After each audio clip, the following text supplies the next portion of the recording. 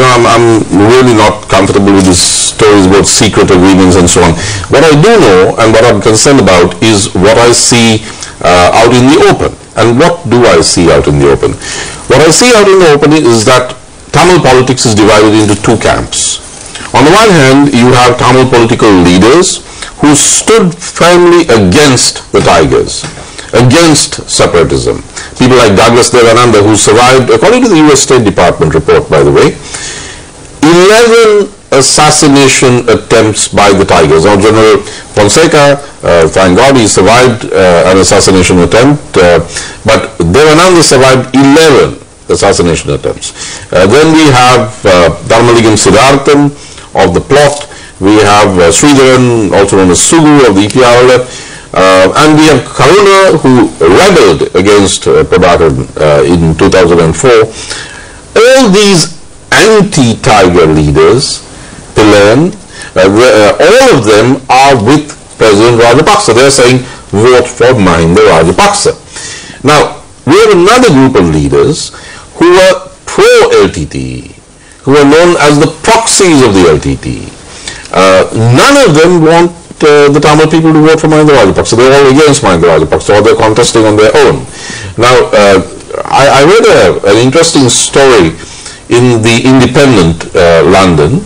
The writer was a reporter called Andrew Bunscombe, I think, and the title was Tamil Tigers Throw Weight Behind General Who Crushed Them.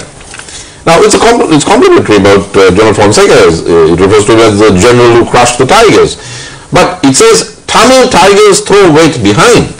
And the opening sentence says, the Tamil Tigers, through the political coalition which represented them during the last war, have decided to support General Sarath Fonseca.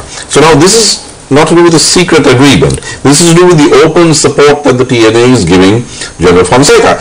And the Independent, London, which is no friend of the government of Sri Lanka, says that this represents the view of the overseas Tamil Tigers. Now, we know that the Tigers have been destroyed as an army on the soil of Sri Lanka, but that you have a pretty large Tiger movement based overseas.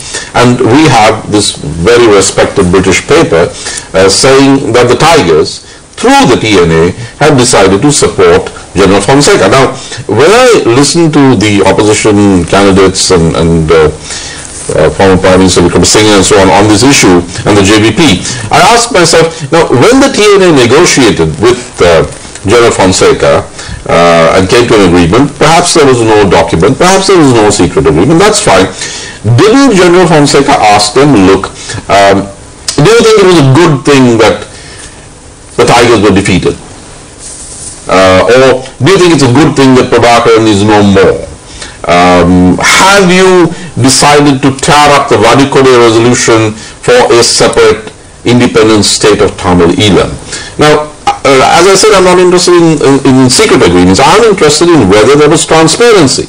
Because as far as I know, the TNA has not yet said a word of criticism about the Tigers. It has not said a word of criticism about Prabhakaran. It has not condemned Prabhakaran's murder of Rajiv Gandhi, Ranasinghe Premadasa, Neelan Tiruchelvam, Amit Thalingam and so on.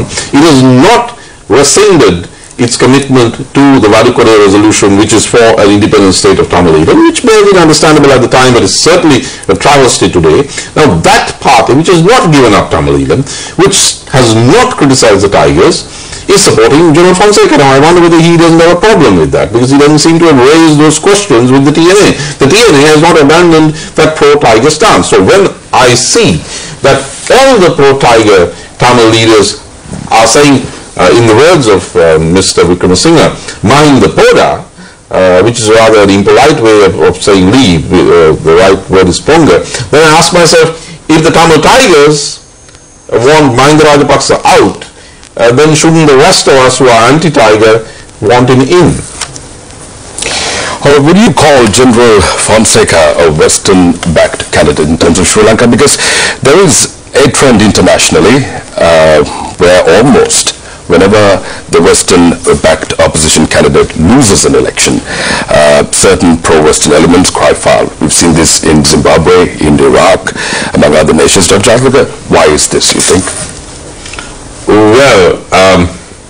did notice one or two statements by certain Western diplomats and embassies about the electoral process. Now, I'm for free and fair election as much as the next man, being a citizen of this country, but I had a mischievous thought perhaps somebody should send them copies of Peter Galbraith's criticism of the recently held Afghan elections, because if they're really worried about violence and the legitimacy of election processes, they should perhaps take a closer look at elections in those countries that they have a presence and patronage in. So some of these comments are a little hypocritical, to say the least. Now, President Rajapaksa doesn't seem to be a great favorite of some politicians in the West, for a very simple reason. He refused to stop the war. He refused to allow some kind of trickery whereby, in the guise of providing safety for the Tamil civilians whom Lanka Rupavahini had kept as a human shield to use in precisely such a way, President Rajapaksa said, no, I'm not going to allow these guys to pretend to surrender to somebody and then go to another country and restart this whole cycle so that for the next 30 years we'll be fighting.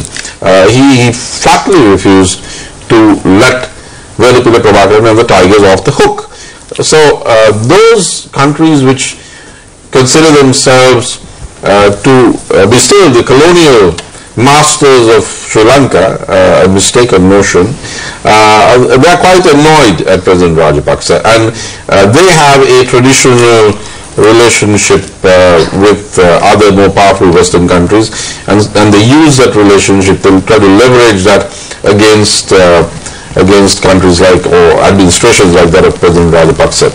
This is unfortunate, but I wouldn't say that the West as an entirety is against Sri Lanka, because if you take the recent report, December 7th, of the Senate Foreign Relations Committee, co-signed by Democratic Senator John Kerry and Republican Senator Richard Lugar, it's a very positive, very constructive report on Sri Lanka. So I would say that there's more than one view on Sri Lanka in the West, and yes, there are some quite influential people who would like to see a regime change and a more pliable, somebody they perceive to be more pliable, they may get it wrong, more pliable leader in Sri Lanka. All right. Some Western countries, that is, try to lecture, if I'm to put it that way, to the rest of the world on democratic values and human rights, having very personally sometimes fought many a battle for Sri Lanka on the diplomatic front. What do you think, Dr. Jayathilakan, that there are certain media reports that the Milan-based Permanent People's Tribunal is scheduled to investigate allegations of war crimes against Sri Lanka? It comes at a time when the nation is again preparing for a presidential election. What are your thoughts on this? Well, you know, this human rights issue will not go away. I would say, if I'm to go by the experience of former Yugoslavia, of Serbia, there, of course, Serbia lost the war. We won the war. But in Serbia, the West engineered a situation in which there was a democratic regime change, and the new administration that came in promptly handed over the earlier leadership to the War Crimes Tribunal in The Hague. Now, I'm sure that the Tamil Tigers overseas would love to see a situation in which President Rajapaksa loses, and then in some kind of trade-off, that our leaders who fought and saved this country are somehow handed over for prosecution by some international kangaroo court. And now we have to be very careful as citizens and as voters not to permit the Tigers to win through the ballot box that which they lost on the battlefield.